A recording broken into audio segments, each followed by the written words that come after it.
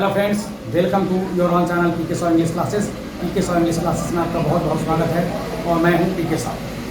Friends, आज मैं आपके लिए नाउन का एक बहुत हॉट टॉपिक लेकर आया हूं। आप नाउन को पढ़े होंगे, बहुत अच्छी तरह से पढ़े होंगे, लेकिन आप ये जो बोर्ड पे देख रहे हैं, कुछ मैंने चार्ट बनाए हैं, क्या आपने कभी नाउन को इस तरह पढ़े हैं? क्या आपको agreement of the subject with the verb करने में दिक्कत होती है? क्या आपको सिंगुलर प्लूरल पहचानने में दिक्कत होती है?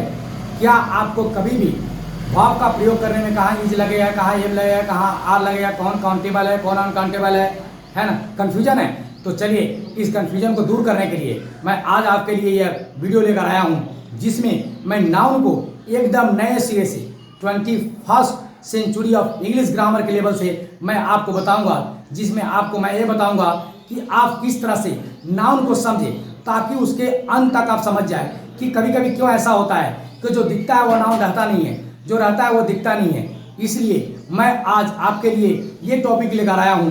तो प्लीज़, अगर आपने अभी तक इस चैनल को सब्सक्राइब नहीं किए हैं तो सब्सक्राइब कर लीजिए और बेल आइकन को दबा दीजिए कि जब भी मैं हॉट टॉपिक लेकर आऊँ, जब भी मैं एक क्यूरियस टॉपिक लेकर आऊँ, मैं एक ऐसा टॉपिक लेकर आऊँ कि आपको वो जानकारी ना हो और आपको एग्जाम में मदद कर रहे हैं। चाहे आप किसी भी एग्जाम के लिए जा रहे हो, चाहे एनडीए के लिए जा रहे हो, एसएससी के लिए जा रहे हो, बैंकिंग के लिए जा रहे हो, चाहे आप इंटरमीडिएट की तैयारी कर रहे हो, चाहे आप ऑनर्स कर रहे हो, या आपको इंग्लिश स्पीकिंग में दिक्कत होती है, तो आज ये नाउन का बेसिक नॉलेज आपकी सारी प्रॉब्लम्स को दूर कर लेगा। बस एक बार आप इस चार्ट को समझ लीजिए।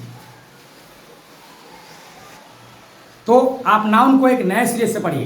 तो देखिए, मैंने एक चार्ट बनाई है जो सामने आपको दिखाई देगा कि नाउन, यहां देख रहे हैं ना, नाउन किसे कहते हैं ये बताने की जरूरत नहीं है, आप सब जानते हैं कि noun is a naming word. Noun is a naming word. किसी व्यक्ति, वस्तु, स्थान के नाम को हम क्या कहते हैं? संज्ञा कहते हैं। लेकिन आपने पढ़ा है कि संज्ञा कितने प्रकार की होती है? तो आपने पढ़ा है काउंटेबल या uncountable, proper, common, collective, abstract या मटेरियल। आपने ऐसे पढ़ा है, ठीक। मैं भी आपको ऐसे ही पढ़ाऊंगा, लेकिन तरीका और कुछ भी अलग होगा। जो आप चार देखिए, ये चार देखने के बाद आपको समझ में आ जाएंगे कि नाउन को किस तरह से पढ़ना चाहिए। तो यहां पर देखिए, नाउन को मैंने दो भागों में बांट दिया है, डेफिनिट नाउन और इनडेफिनिट नाउन। देख रहे हैं ना? तो डेफिनिट नाउन के अंदर वह नाउन जो पूरे ब्रह्मांड में कितने हैं? एक है। कितने हैं? एक है, ओनली वन है। जैसे ताजमहल हो, द सन हो, मून हो, सब कितने हैं? एक है। वह नाउन जो पूरे ब्रह्मांड में एक हो, उसे हम क्या कहते हैं? Definite noun. इसीलिए टीचर जब भी हमको आर्टिकल पढ़ाते हैं तो बोलते हैं कि द आर्टिकल का प्रयोग हमेशा डेफिनिट नाउन के पहले करना चाहिए, और होता भी है। लेकिन हमें पता नहीं होता कि सर डेफिनिट नाउन कहते किसको है। फिर लंबा सा लिस्ट लिखवा देते हैं, इसके पहले, उसके पहले, ताजमहल के पहले, नदी के नाम के पहले, पेपर के नाम के पहले, ग्रंथ के नाम के पहले। फिर एग्जाम में इतना कहाँ याद रहता है मेरे भाई, ग्रंथ, पेपर वगैरह। आप जान लो कि वह नाउन जो पूरी दुनिया में एक है, डेफिनिट नाउन है, और द आर्टिकल लेता है। यहां पर आप आ जाइए, दूसरा पार्ट है इसका इंडेफिनिट नाउन। माने वह नाउन जो पूरे ब्रह्मांड में इसकी संख्या कितनी है? दो से अधिक है।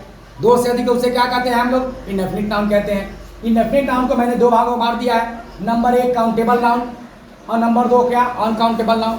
तो पहले अनकाउंटेबल नाउन की चर्चा कर लेते हैं। काउंटेबल नाउन का, काउंटेबल नाउन को पुनः दो भागों में बांटा गया है, singular and plural. Singular noun and plural noun. तो सिंगुलर नाउन के अंदर कौन कौन आता है? तो एक प्रॉपर है, एक कॉमन है। एक प्रॉपर है, कॉमन है। वहां जो है कि आप देख रहे हो कलेक्टिव नाउन, वो भी सिंगुलर में आता है। मटेरियल है, वो भी सिंगुलर में आता है। अब्स्ट्रैक्ट है, वो भी सिंगुलर आता है। लेकिन मैंने उसे कहाँ रखा है? अनकाउंटेबल नाउन के अंतर्गत रखा है, ताकि मैं उसे बाद में आपको डिटेल्स में समझा सकूं। तो यहाँ प्रॉपर नाउन जो है कि रेगुलर, इरेगुलर है, मतलब चाह कर भी इसको हम प्लूरल में नहीं बदल सकते हैं। राम, सीता, शिवहर, दिल्ली, कोलकाता, ये सब क्या है बोलो तो? प्रॉपर नाउन है। इसे चाह कर भी हम लोग इसे प्लूरल में नहीं बदल सकते, इसीलिए बोलते हैं इरेगुलर नाउन या प्रॉपर नाउन। उसके बाद दूसरा है यहाँ पर देखो, कॉमन नाउन। कॉमन नाउन सब जानते हैं, जिस नाउन से किसी खास व्यक्ति, वस्तु का बोध ना होकर संपूर्ण जाति का बोध, उसे क्या कहते हैं? Common noun. उसे क्या कहते हैं बोलो तो? Common noun. कॉमन नाउन के अंदर आता है डायरेक्ट और इनडायरेक्ट। डायरेक्ट मतलब कॉमन नाउन को अगर आप है ना प्लूरल में बदलने जा रहे हैं, कॉमन नाउन के अगर प्लूरल में बदलने जा रहे हैं तो उसका दो मेथड है। नंबर वन मेथड है डायरेक्ट मेथड, डायरेक्ट मेथड में क्या होता है कि आप किसी भी, है ना, किसी भी जो है कि सिंगुलर नाउन के अंत में एस और यस लगाकर उसे आप आराम से आप प्लूरल में बदल सकते हैं। इसका मेथड मैं आपको अगली चैप्टर में पढ़ाऊंगा, अगली वीडियो में, कि अगर किसी नाउन के अंत में वाई हो या मतलब ओ हो, है ना, एफ ई हो, सी एच हो, एस एच हो, इसका प्रोसेस मैं बाद में बताऊंगा जब अगली वीडियो में आऊँगा मैं। तो ये डायरेक्ट है, इसमें एस और यस लगाकर उसको आसानी से प्लूरल में हम बदल सकते हैं, इसमें कोई डाउट नहीं। दूसरा जो है कि इनडायरेक्ट, मतलब कुछ ऐसे नाउन हैं जिनको हम प्लूरल में बदलने के लिए एस और यस का प्रयोग नहीं करते। इनका प्लूरल पहले से प्री डिटरमाइंड है, पहले से बना हुआ है, हम चाह कर भी से हम एस और यस लगाकर प्लूरल में नहीं बदल सकते। जैसे मैन का मेन है, चाइल्ड का चिल्ड्रन होता है, गूज का गीज होता है, टूथ का टीथ होता है ना, वुमेन का, है ना, वुमेन होता है, इत्यादि। ठीक, अब यहीं पर इसको हम रोक देते हैं, क्योंकि अगले चैप्टर में जब आएंगे, अगले वीडियो में जब आएंगे, तो हम आपको सिखाएंगे कि सिंगुलर काउंटेबल नाउन को प्लूरल में बदलने का नियम। अब यहाँ पर चले आते हैं हम, काउंटेबल को तो यहाँ जान गए यहाँ तक, अब आते हैं अनकाउंटेबल में। अनकाउंटेबल नाउन को मैंने दो भागों में बांट दिया है, प्योर अनकाउंटेबल और इम्प्योर अनकाउंटेबल। बोलोगे सर मैंने तो कभी किताब में देखा भी नहीं, कोई जरूरत नहीं देखने का, आप देखो कि थीसिस, विचार, आइडिया सही है या नहीं है, आपको हेल्प होने वाला है कि नहीं होने वाला, ये जरूरी है।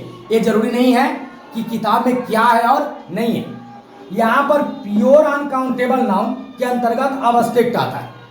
तो पहले सवाल है कि प्योर अनकाउंटेबल नाउन कहते किसको है, तो वह अनकाउंटेबल नाउन जिसको चाह कर भी हम किसी भी स्थिति में, किसी भी ग्रामेटिकल मेथड से हम उसको प्लूरल में नहीं बदल सकते हैं, उसे बोलते हैं प्योर अनकाउंटेबल नाउन। इसके अंतर्गत मात्र एक आता है अब्स्ट्रैक्ट नाउन। क्या आता है? Abstract noun. और भी आएंगे जो आगे हम बताएंगे। दूसरा है impure uncountable noun. Impure uncountable noun, तो वैसे अनकाउंटेबल नाउन, है ना, जो अनकाउंटेबल तो होते हैं, लेकिन जरूरी पड़ने पर अगर उसमें ग्रामेटिकल मेथड का प्रयोग किया जाए तो उसे हम प्लूरल में बदल सकते हैं। जैसे एग्जाम्पल ले लीजिए, एग्जाम्पल मैं बताता हूँ। एग्जाम्पल में हेयर, हेयर अनकाउंटेबल नाउन है, लेकिन इसके अगर पहले अगर हम जो है कि न्यूमरल एडजेक्टिव्स प्लूरल का प्रयोग करें, 5, 2, 3 लगाए, तो हेयर को हेयर्स में बदल सकते हैं, हेयर को हेयर्स में बदल सकते हैं। अगर हम राइस को, है ना, अनकाउंटेबल नाउन मानते हैं मटेरियल में,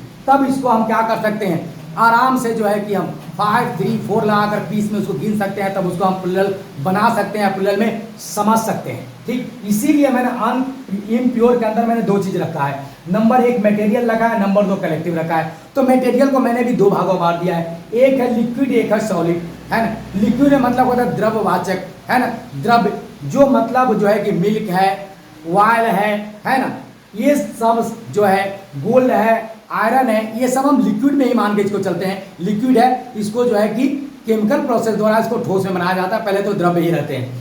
तो इनको क्या करते हैं कि हम चाह कर भी इसको हम जो है कि प्लूरल में नहीं बदल सकते। लेकिन सॉलिड जो होते हैं, जैसे सॉलिड के अंदर आपको जो है कि मटेरियल नाउन के अंदर आपको राइस आ जाता है, हेयर आ जाता है ना, बहुत सारा सॉलिड आपके सामने होगा, देखिएगा, लुकिंग मटेरियल, बट उसको हम उसके पहले हम जो है कि एडजेक्टिव लगाकर, न्यूमरल प्लूरल एडजेक्टिव लगाकर उसे हम प्लूरल में बदल सकते हैं या प्लूरल में समझ सकते हैं।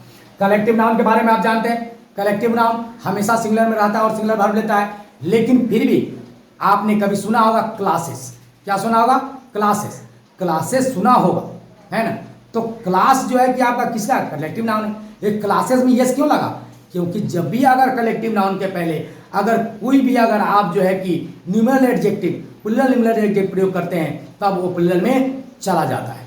अब हम आपको जो है कि प्योर अनकाउंटेबल नाउन के बारे में बताते हैं, कुछ लॉजिक चीज। अब यहाँ पर देख लीजिए, इसके अंतर्गत जो आता है कि आपको मान लीजिए कि वुड है, आयरन है, ठीक, उसके बाद कलर है, ऐसे बहुत सारे आप सब जानते हैं कि ये क्या है, बोलो तो मटेरियल नाउन है। लेकिन मटेरियल में कौन है? प्योर है कि अनकाउंटेबल है? अनकाउंटेबल कौन है?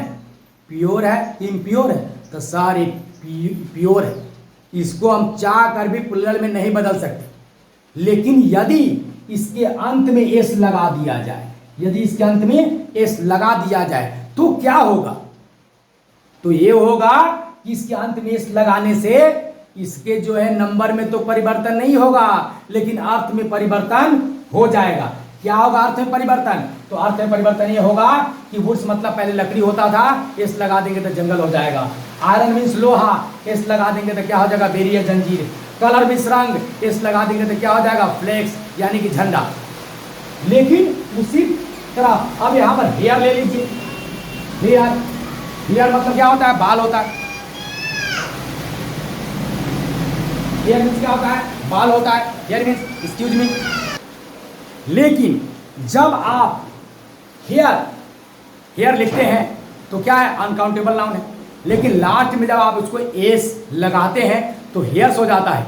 इसका अर्थ नहीं बदलता, बल्कि इसका नंबर बदल जाता है। यही फर्क है लिक्विड और सॉलिड में, यानी प्योर अनकाउंटेबल में और इम्प्योर अनकाउंटेबल है। मेरे फ्रेंड्स, अगर वीडियो अच्छी लगी हो, अगर आपको हेल्पफुल लगी हो, तो प्लीज़ सब्सक्राइब, लाइक कीजिए, इसको शेयर कीजिए, ताकि मैं आपके लिए अच्छे अच्छे आइडिया लेकर आऊं जो आपको जो है कि सफलता में मदद करे। Thanks for watching this video. Thank you very much.